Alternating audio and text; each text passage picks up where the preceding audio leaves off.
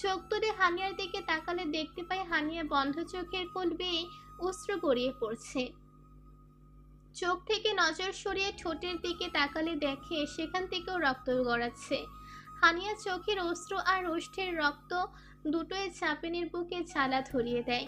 এতগুলো বছর পর একটু আদর দিল, তাও এমন কাঁদিয়ে, রক্তাক্ত করে। নিজের প্রতি এবার রাগ হলো জাভিয়ানের। হানিয়ার ঠোঁট থেকে সরিয়ে মুখ নিয়ে আসে গলদেশে। সেখানটায় মুখ ডুবিয়ে দিয়ে খুচরো আদর দিতে দিতে নিজেকে শান্ত করতে থাকে জাভিয়ান। ওষ্ঠ ভালোবাসার মতো শুরুতে মিষ্টি মধুর স্পর্শ থাকতেও সময়ের সাথে সাথে তা পীড়াদায়ক হতে শুরু করে। হানিয়ার গলায় মুখ ডুবিয়ে জাভিয়ান তার এক হাত হানিয়ার পিঠের কাছে নিয়ে তার জামার চেন খুলতে শুরু করে। চেনটা অর্ধেক খোলার পর হঠাৎই হানিয়ার অচল প্রায় মস্তিষ্কে যেন সচল হতে শুরু করে। এতক্ষণ সুখের সাগরে ভেসে গিয়ে সে বাস্তবতা ভুলে গিয়েছিল। সে ভুলে গিয়েছিল জাভিয়ান আর তার ডিভোর্স হয়ে গিয়েছে এবং জাভিয়ান বর্তমানে অন্য একজনের স্বামী। কথাটা মনে পড়তেই তার মুক্ত হাতদ্বয় দ্বারা জাভিয়ানকে ধাক্কা নিতে থাকে। জাভিয়ান হানিয়ার ঘরে ডুবেছিল। হানিয়ার ধাক্কাধাক্কিতে আগের ন্যায় বিরক্ত হওয়ার এবার সে হানিয়ার দুই হাতে নিচের এক হাতের মধ্যে বন্দি করে নেয়। অপর হাত দিয়ে হানিয়ার কাঁধ থেকে জামা সরিয়ে সেখানেই মুখ ডুবিয়ে দেয়। আর তার উদ্দেশ্যে হানিয়াকে পুরোপুরি নিচের করে নেওয়া। হানিয়া নিচের হাত ব্যবহার করতে না পারায় এবার মুখ খুলে অনেকটা আকুতির মতো করে বলে, এসব ঠিক হচ্ছে না মিস্টার তালুকদার, আপনি ভুল করছেন, প্লিজ থামুন। জাভিয়ান হানিয়ার কাঁধে মুখ রেখেই ঘোর নিয়ে বলে, হুশ মিস্টার তালুকদার না জাভিয়ান, শুধু জাভিয়ান, তোমার জাভিয়ান। প্লিজ একবার তোমার মুখে নিজের নামটা শুনতে চাই। জান বলো জাভিয়ান। না, আপনি আমার না মিস্টার তালুকদার, আপনি সোহার। ভুলে গেছেন আমার আর আপনার ডিভোর্সের কথা, আপনার আর সোহার বিয়ের কথা। সরুন মিস্টার তালুকদার, এভাবে আপনি আপনার স্ত্রীকে ঠকাতে পারেন না, এটা পাপ, অন্যায় হচ্ছে এটা। জাভিয়ানের না পছন্দ হয় হানিয়ার কথা আর না হানিয়ার মুচড়ামুচড়ি। নিজের কাছে বারংবার ব্যাঘাত ঘটান জাভিয়ান এবার না চাইতেও রাগের বহিঃপ্রকাশ করে ফেলে।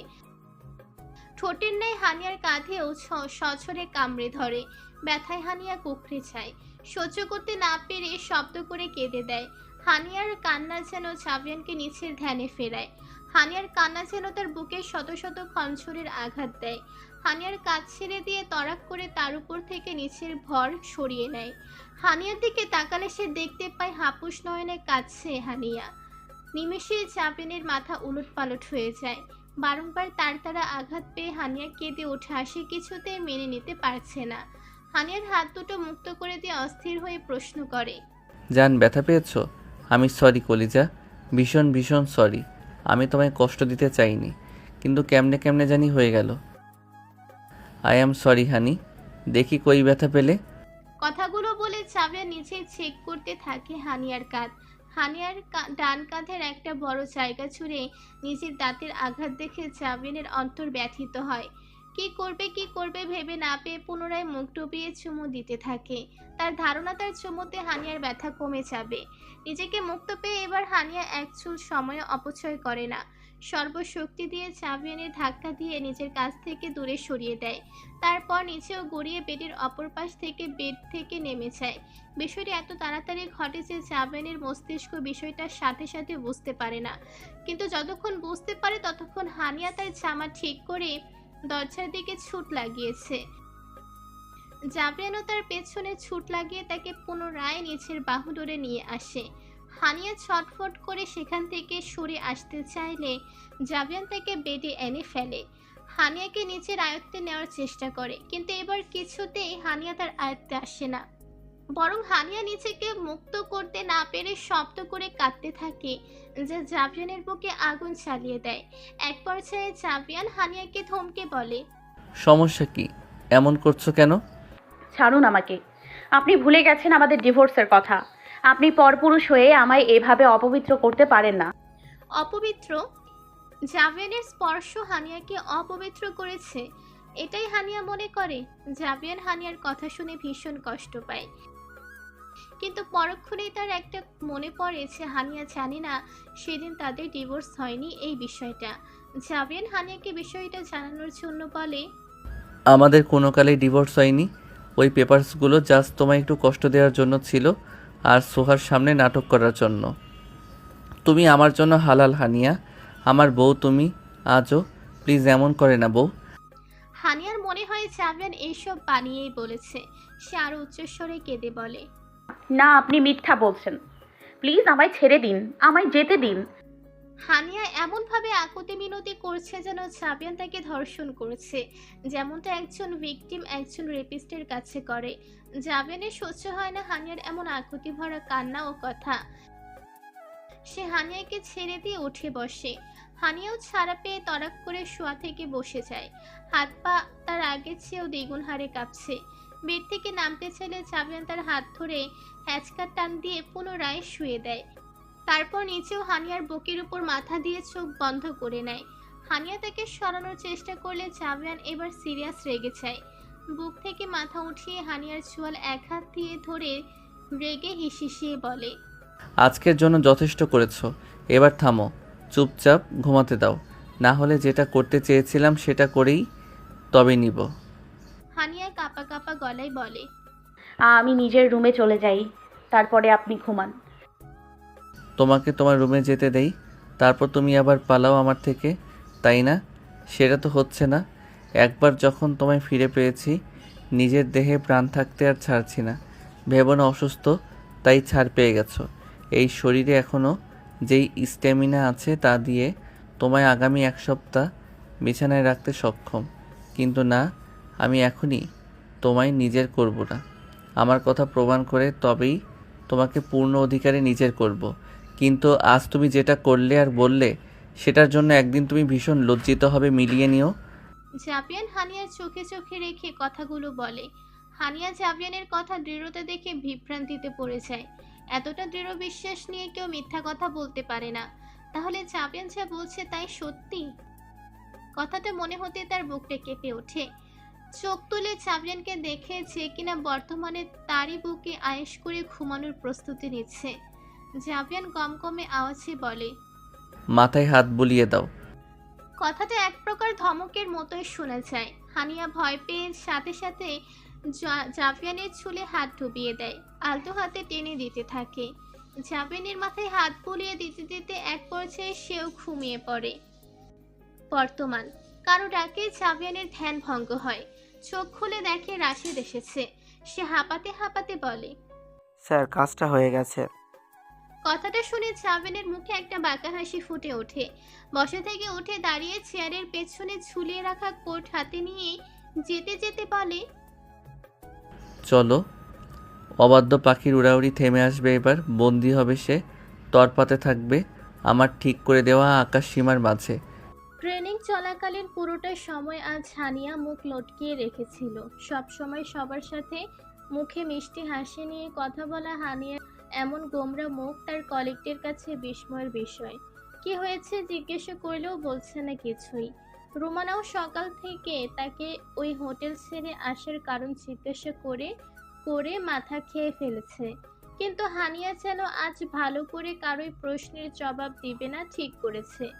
বিকেল 5টার দিকে তাদের ছুটি দেওয়া হয়। আজ হানিয়া তার আরেকটা টিম মেম্বারসদের সাথে অন্য হোটেলে যাবে।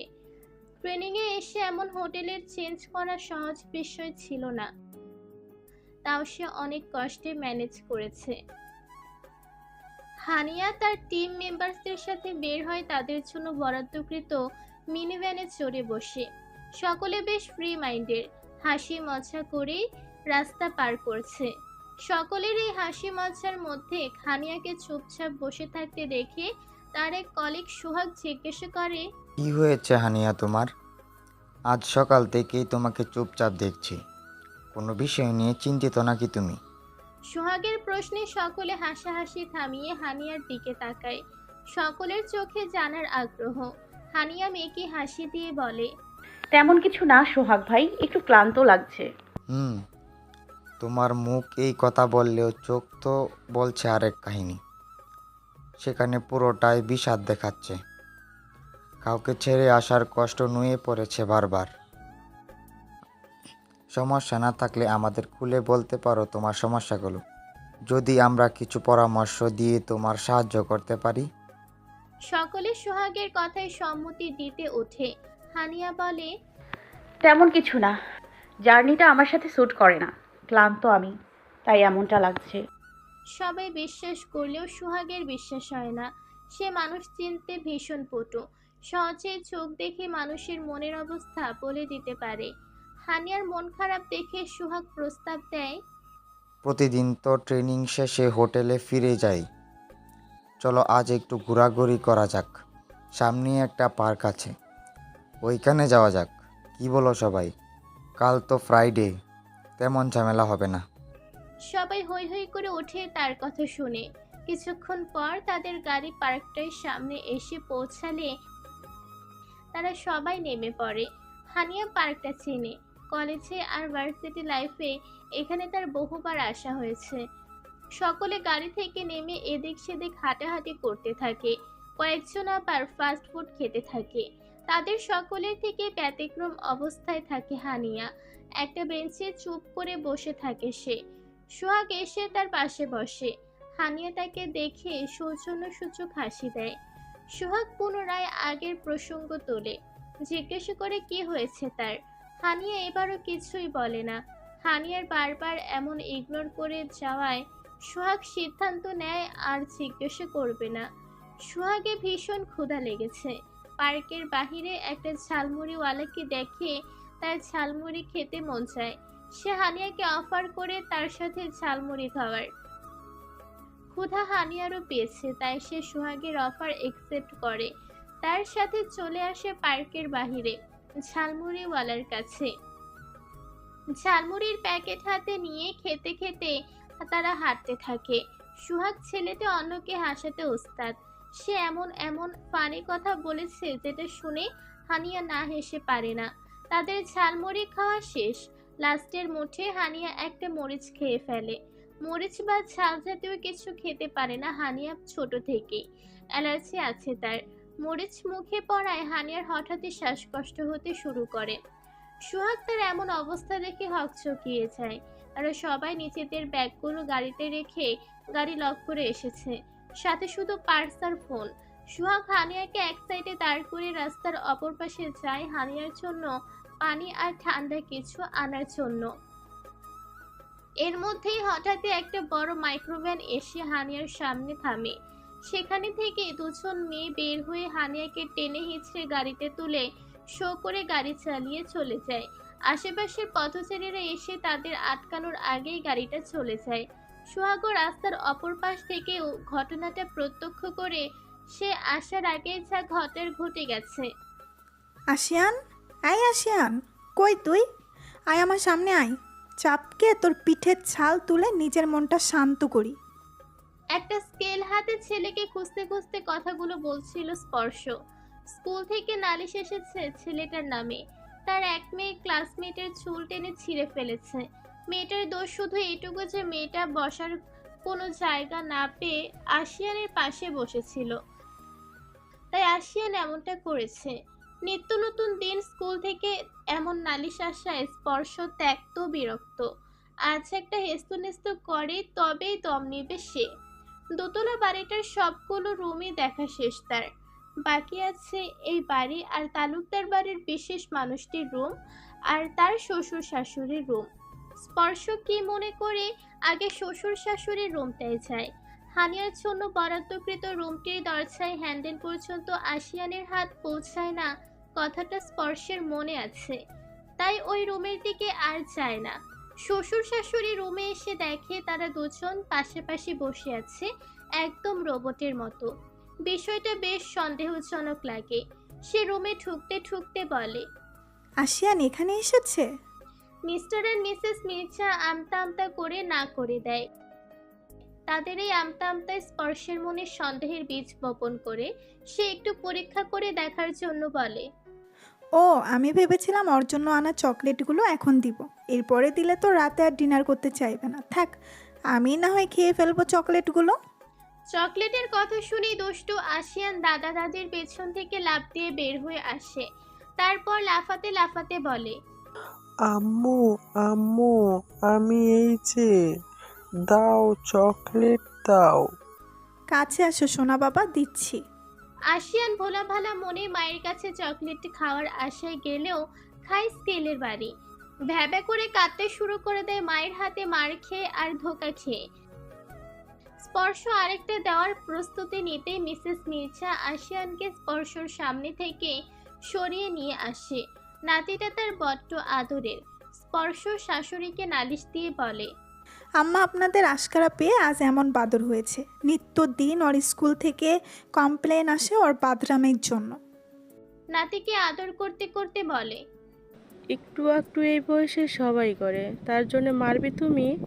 এটাতে ভারী অন্যায়। আহারে আমার দাদুটা কাঁদে না? একটু একটু আম্মা, আজও একজনের চুল টেনে ছিঁড়ে ফেলেছে। এটা কি একটু একটু মনে হয় আপনার কাছে? মিস্টার অ্যান্ড মিসেস মির্জাও এমন কথা শুনে হকচকিয়ে যায়। এইটুকুন একটা ছেলে চুল ছিঁড়ে বাড়ি ফিরেছে। মিসেস মির্জা ইশারা করে বোঝায় সে বুঝিয়ে বলবে এমনটা না করতে। স্পর্শ যেন এখন চলে যায়। স্পর্শ আর কি করার আছে, ছেলেকে তাদের রুমে রেখে চলে যায় কিচেনে সন্ধে নাস্তা বানাতে। পিট পিট করে চোখ খুলে তাকায় হানিয়া। চোখের পাতায় মনে হয় 1000 টন ওজন ভার করে আছে। বহু কষ্টে টেনে টেনে চোখটা খুলে। মাথাটা অসম্ভব ব্যথা আর ছিমছিম করছে। মাথায় এক হাত চেপে ধরে শোয়া থেকে উঠে বসে। চারিদিকে অন্ধকার ঢেকে থাকায় বুঝতে পারছে না নিচের বর্তমান অবস্থাটা, কিন্তু সে যেন নরম বিছানায় উপর বসে আছে তা ভালো করে টের পেয়েছে। হাতড়ে হাতড়ে বেড থেকে নিচে নামে, পা টলছে তার। হঠাৎই তার মনে হয় সোহাগের সাথে পার্কের বাহিরে হাঁটার সময় দুটো সান্ডা পান্ডা টাইপ মহিলা হানিয়াকে জোর জবরদস্তি করে গাড়িতে তুলে নেয়। গাড়িতে হানিয়া বেশ ছটফট করায় সামনের সিটে বসে এক পুরুষের নির্দেশে তাকে কিছু একটা নাকের সামনে রুমাল জাতীয় কিছু একটা ধরে। তারপর হানিয়ার আর কিছুই মনে নেই। এর মানে ওই রুমালে ক্লোরোফর্ম ছিল, কিন্তু কে এমনটা করলো হানিয়ার সাথে এটাই সে বুঝে উঠতে পারছে না। হঠাৎই বাহির থেকে কতগুলো পুরুষালী গলার হাসির আওয়াজ পায়। হানিয়ার পিলে চমকে ওঠে। লোকগুলো কারা? তারা কেন হানিয়াকে কিডন্যাপ করেছে? তারা কি হানিয়ার থেকে কোনো প্রতিশোধ নেওয়ার জন্য এমনটা করেছে? এসব প্রশ্নই হানিয়ার মস্তিষ্কে কিলবিল করে ঘুরে বেড়াচ্ছে। প্রতিশোধের কথা ভাবতে ভাবতে হানিয়ার মনে পড়ে ঢাকায় আসার আগে সে যখন চট্টগ্রাম ছিল তখন সে ওইখানের একটা চালের আড়তে অভিযান চালিয়েছিল। আড়ত মালিক কয়েক টন চাল ন্যায্য দামে বিক্রি না করে খুচরা বাজারে এক প্রকার কৃত্রিম সংকট তৈরি করেছিল। লোকের উদ্দেশ্য ছিল এই কৃত্রিম সংকট তৈরি করার মাধ্যমে সরকারের ঠিক করে দেওয়া দামের চেয়েও কয়েকশো গুণ বেশি দামে সে তার চাল বাজারজাত করবে। করেও ফেলেছিল অনেকটা, কিন্তু হানিয়া অভিযান চালালে তার এসব কুকীর্তি ফাঁস হয়ে যায়। হানিয়া তাকে এমন সংকট তৈরির জন্য কয়েক লাখ টাকার জরিমানা ও 6 মাসের জন্য তার ব্যবসায়ের লাইসেন্স ক্যান্সেল করে দেয়। লোকটি হানিয়াকে ঘুষের অফার করলে হানিয়া তাকে বাংলাদেশ দণ্ডবিধি 1860 ধারা অনুযায়ী 3 মাসের কারাদণ্ড এবং পুনরায় অর্থদণ্ড দেয়। লোকটাকে যখন পুলিশ গাড়িতে ঠেকাচ্ছিল তখন লোকটা হানিয়াকে হুমকি দিয়ে বলেছিল, এর পরিণাম কতটা ভয়াবহ হবে সেটা আপনি চিন্তাও করতে পারছেন না। ম্যাজিস্ট্রেট সাহেবা, আমি না হয় জেলে থাকবো, বাইরে আমার ছেলেরা কিন্তু আপনাকে এত সহজে ছেড়ে দিবে না। হানিয়া তখন তার কথা এতটা গায়ে লাগায়নি। এই পেশায় মাঝে মধ্যে এমন হুমকি থামকি সাধারণ বিষয়। তাহলে কি সেই লোকই হানিয়াকে কিডন্যাপ করিয়েছে? তাদের উদ্দেশ্যে কি হানিয়ার এত বড় ক্ষতি করা?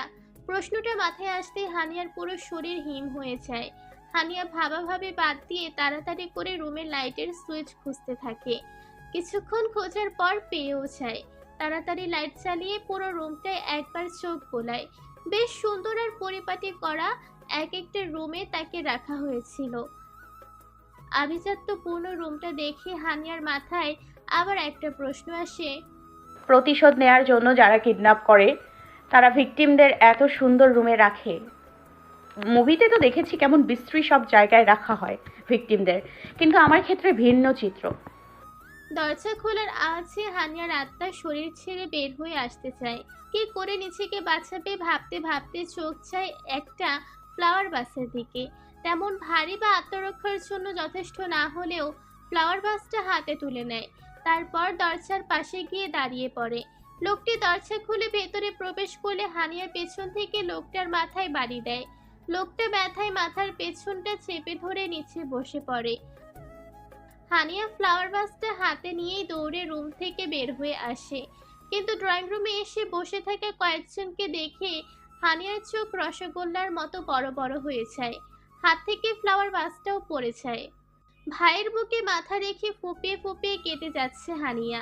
আবরারের চোখেও অল্প বিস্তর পানির উপস্থিতি আছে। রাশেদের জাভিয়ান নীরব দর্শকের ভূমিকা পালন করেছে আজ।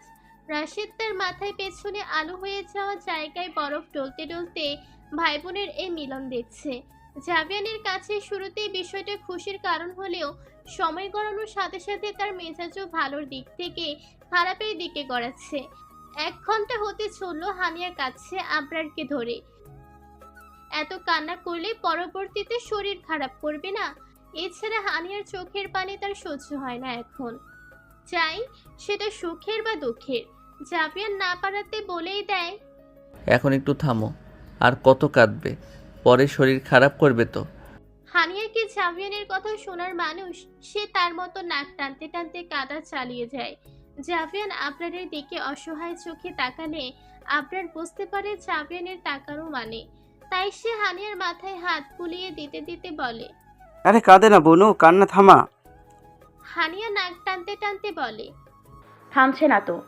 হানিয়ার এমন বাচ্চামো কথায় রাশিদ একটু শব্দ করে হেসে দেয়। জাভিয়ানেরও হাসি পেয়েছিল, কিন্তু অনেক কষ্টে চেপে যায়।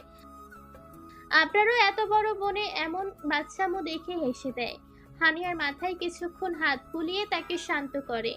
হানিয়া শান্ত হলে আবরার জাভিয়ানকে কিছু একটা দেওয়ার ইশারা করে। জাভিয়ান তার দিকে একটা পেপার বের করে আবরারের দিকে বাড়িয়ে দেয়। আবরার পেপারটা এক হাতে মেলে আরেক হাত দিয়ে হানিয়ার একটা হাত চেপে ধরে বলে, এখন যা বলবো তা শান্ত হয়ে শুনবি। হানিয়া মাথা নাড়িয়ে সম্মতি দেয়। আবরার পেপারটা তার দিকে বাড়িয়ে দিয়ে বলে, দেখ তো, এই পেপারে সাইনটা তোর নাকি? হানিয়া পেপারটা নিচের হাতে তুলে নেয়, তারপর সাইন করা জায়গাটা দেখে। হ্যাঁ, এটা তারই সাইন। ডেট ওই দিনের, যেদিন জাভিয়ান সোহার বিয়ে ছিল। তারপর পুরো পেপারটা একবার চোখ বোলায়। পেপারটা পড়ার পর তার চোখ বড় বড় আকার ধারণ করে। হানিয়া আবরারকে অনেকটা উত্তেজিত হয়ে বলে, ভাই, সাইনটা তো আমার, কিন্তু আমি আমার সজ্ঞানে এমন কোনো কন্ট্রাক্ট পেপারে সাইন করিনি। তাহলে কি আমার সাইন কোনোভাবে নকল করা হয়েছে? না বোন, এটা তোরই সাইন, এবং তুই এই পেপারে নিজে সাইন করেছিস। কিন্তু কবে সম্ভব ভাই?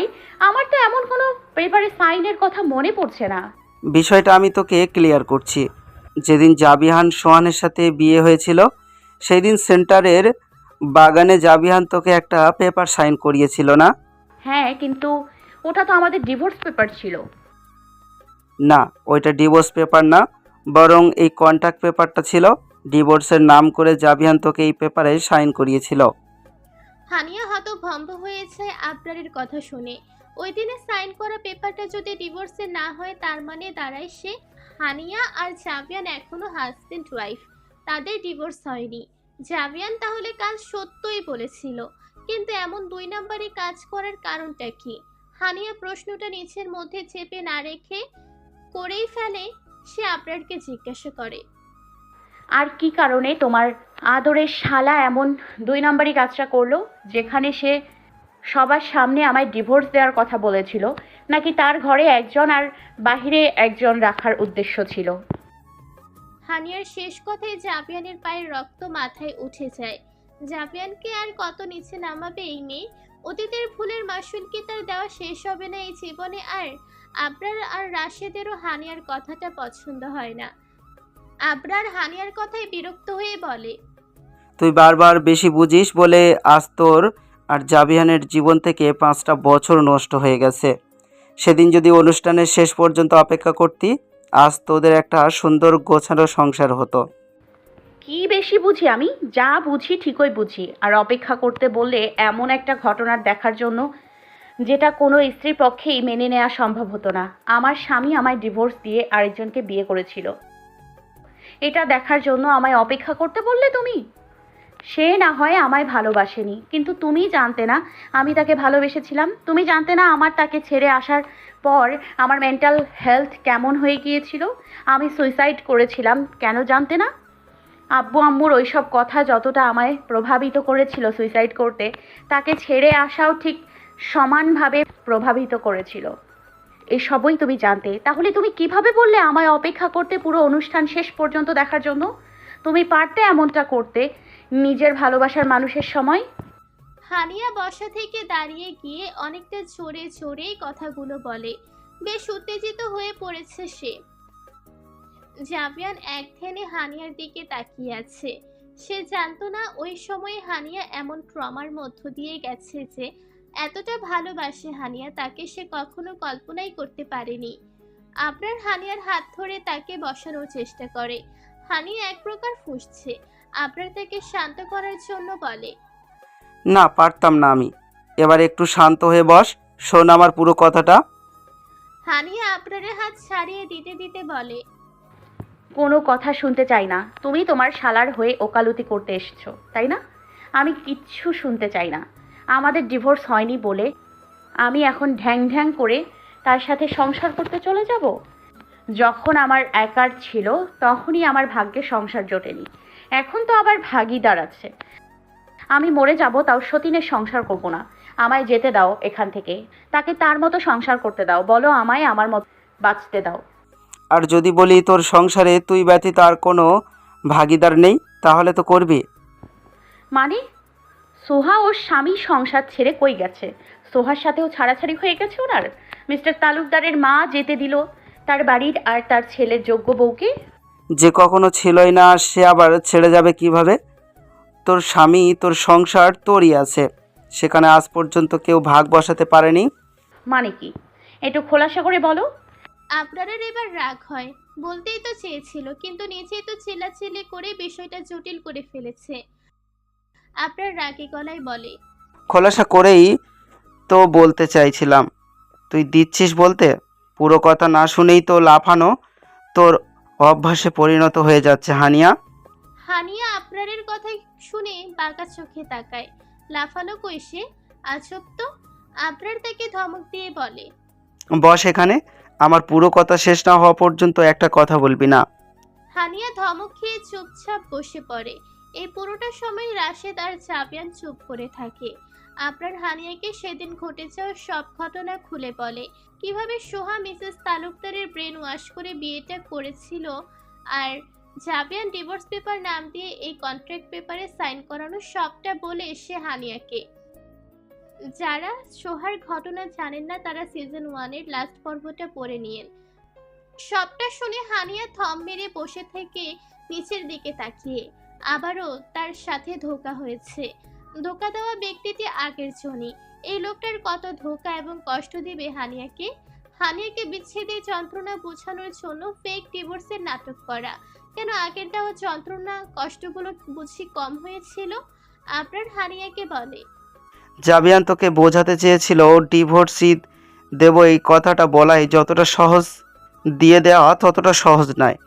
আর বিষয়টা তোর জন্য সারপ্রাইজ হিসাবে রাখতে চেয়েছিল, কিন্তু তার আগে তুই আমাদের সকলকে সারপ্রাইজ দিয়ে হারিয়ে গেলি এতগুলো বছরের জন্য। দোষটা যেমন জাবিহানের তেমনই তোরও। যে সময়টা চলে গেছে সেটা তো আর ফেরানো যাবে না, কিন্তু একটা সুন্দর ভবিষ্যৎ আর সংসার তোদের জন্য অপেক্ষা করছে। আমি বলবো যা হয়েছে ভুলে গিয়ে তোরা নতুন করে সবটা শুরু কর। এই কয়েক বছরে জাবিয়ান কিন্তু কম সাফার করেনি তোর জন্য। হানিয়া হাঁটুর উপর দু হাতের কনুই রেখে তাতে মাথা ঠেকিয়ে বসেছিল। সে অবস্থাতেই একদম শান্ত গলায় বলে, আর আমার সাফার করার কি হবে? হুম? আমি যে তার সাথে বিয়ে হওয়ার পরের দিন থেকে আজ পর্যন্ত সাফার করছি, তার একটা সিলি কাজের জন্য আমি এই কয়েক বছর মরণ যন্ত্রণা ভোগ করেছি, তার কি হবে? নিজের পরিবার আপনজনের কাছ থেকে দূরে থেকেছি শুধুমাত্র তাকে অন্যের সাথে সংসার করতে দেখতে পারবো না বলে, এর কি হবে?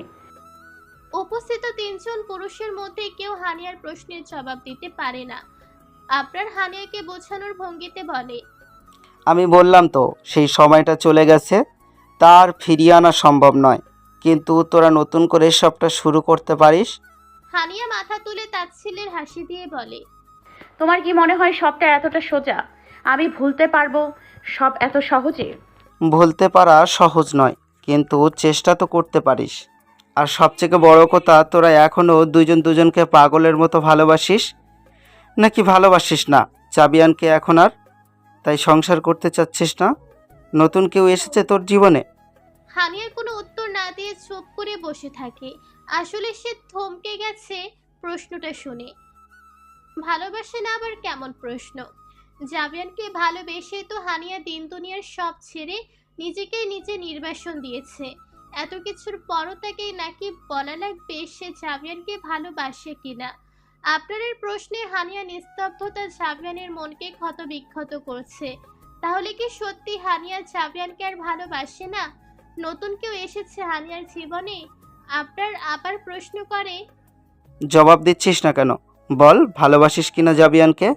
হানিয়া নিচের এলোমেলো অনুভূতি গুছিয়ে উপস্থাপন করতে পারছে না। কোথাও একটা থামিয়ে দিচ্ছে তাকে বারবার। এদিকে জাবিয়ান ধরেই নেয় হানিয়া জাবিয়ানকে আর ভালোবাসে না। হানিয়ার নিস্তব্ধতা তাকে মরণ যন্ত্রণা দিচ্ছে। এতদিন হানিয়া ফিরে আসার অপেক্ষায় সে বেঁচেছিল। ভেবেছিল হানিয়াকে খুঁজে পেলে তাকে সবটা বুঝিয়ে পুনরায় নিজের জীবনে নিয়ে আসবে। কিন্তু আজ যেন সব অপেক্ষার অবসান ঘটে। ভালোবাসাবিহীন সংসার একটা গেরস্থানের মতো। সেখানে মানুষ তো থাকে কিন্তু তাদের অনুভূতি থাকে না। সে তো এমন সংসার চায় না।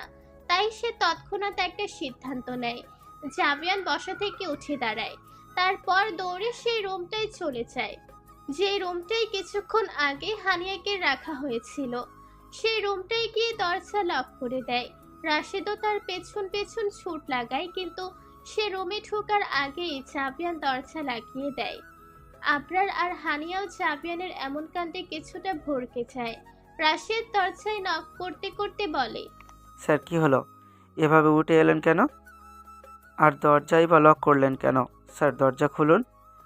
জাবিয়ান নিজেকে আঘাত করার জন্য কিছু একটা খুঁজতে খুঁজতে বলে, তুই চলে যা রাশেদ, আমায় একা ছেড়ে দে, একদম একা। হ্যাঁ, ছেড়ে দিব একা, কিন্তু তার আগে দরজাটা খুলুন। না, আমি খুলবো না। আমায় হানিয়া আর ভালোবাসে না রে। ওর জন্য আমি এত বছর বেঁচেছিলাম, আজ ওকে পেয়েও পেলাম না। ও আমার নেই আর। আমার হানি, আমার বধুয়া আমার নেই আর। ওকে ছাড়া আমি কিভাবে বাঁচবো বল তুই? আমার বেঁচে থাকার সব কারণ আজ শেষ। ওকে বলে দিস ও মুক্ত। এই জাফিয়ান তালুকদারের ছায়া আর ওর উপর পড়বে না কোনো দিন। ওকে মুক্তি দিয়ে চলে যাচ্ছি আমি। রাশেদ জাবিয়ানের কথা শুনে ঘাবড়ে যায়। জাবিয়ানের এলোমেলো আর উন্মাদের মতো কথাগুলো তার মনে ভয় ঢুকিয়ে দেয়। সে জোরে জোরে দরজায় বাড়ি দিতে দিতে বলে, স্যার, উল্টাপাল্টা কিছু করার কথা ভুলেও চিন্তা করবেন না। জাবিয়ান উন্মাদের মতো হাসতে হাসতে বলে, উল্টাপাল্টা কিছু করবে না তো, শুধু সকলকে মুক্তি দিয়ে নিজেও মুক্তি নিব এত সব যন্ত্রণা থেকে। এতক্ষণে আবরার আর হানিয়াও বন্ধ দরজার সামনে এসে উপস্থিত হয়েছে। রাশেদ আবরারকে দেখে বলে, ভাইয়া, স্যার বোধ হয় আবার উল্টাপাল্টা কিছু করার চিন্তা করছে। আমাদের উচিত হবে দরজাটা ভেঙে ভিতরে প্রবেশ করা। হানিয়া পিলে চমকে যায় রাশেদের কথা শুনে। জাবিয়ান আবার উল্টাপাল্টা কিছু করবে মানে? হানিয়া রাশেদকে জিজ্ঞাসা করে, আবার বললেন কেন ভাইয়া? সে কি এর আগেও কিছু করেছে? রাশেদ হানিয়ার দিকে ফিরে বলে, হ্যাঁ ম্যাম, আপনি চলে যাওয়ার পর স্যার এক প্রকার উন্মাদ হয়ে পড়েছিল। বেশ কয়েকবার সুইসাইড করার ট্রাই করেছে। একবার তো অবস্থা অনেক খারাপ হয়ে গিয়েছিল, আইসিইউতে 10 দিন রাখতে হয়েছিল। তার মেন্টাল অবস্থা অনেক খারাপ হয়ে গিয়েছিল। তার পাগলামি এতটাই বেড়ে গিয়েছিল যে ডাক্তারটা তাকে মেন্টাল অ্যাসাইলামে দেওয়ার কথা বলেছিল, কিন্তু বড় স্যার বাসায় রেখেই তার ট্রিটমেন্ট করায়। এখনও তার ঔষধ নেওয়া লাগে নিয়মিত। রাশেদের থেকে এসব জেনে হানিয়া স্তব্ধ হয়ে যায়। আবরার কয়েকবার জাবিয়ানকে ডাকে, কিন্তু এবার জাবিয়ান কোনো সাড়া শব্দ করে না। হঠাৎই রুমটার ভেতরে পুরো শান্ত নিস্তব্ধ হয়ে যায়। বাহিরে দাঁড়িয়ে থাকা তিনজনই ভয় পেয়ে যায়। আবরার আর রাশেদ তাড়াতাড়ি করে কাঁধ দিয়ে ধাক্কা দিয়ে দরজা ভাঙতে থাকে। অনেক চেষ্টার পর তারা দরজাটা ভাঙতে সক্ষম হয়। রুমের ভেতর প্রবেশ করে তাদের তিনজনের আত্মা উড়ে যাওয়ার জোগাড় হয়। হানিয়া চিৎকার দিয়ে বলে ওঠে, যে জাভিয়ান, বারান্দার একপাশে পাশাপাশি বসে আছে দুটি হৃদয়, গভীর চন্দ্রলোকিত রজনীর সাক্ষী হয়ে। বাতাসে মিশে থাকা রাতজাগা ফুলের সুগন্ধ আর দূর কোথাও গুনগুন করা জোনাকি পোকার মৃদু সঙ্গীত যেন তাদের একান্ত মুহূর্তের নীরব সঙ্গী।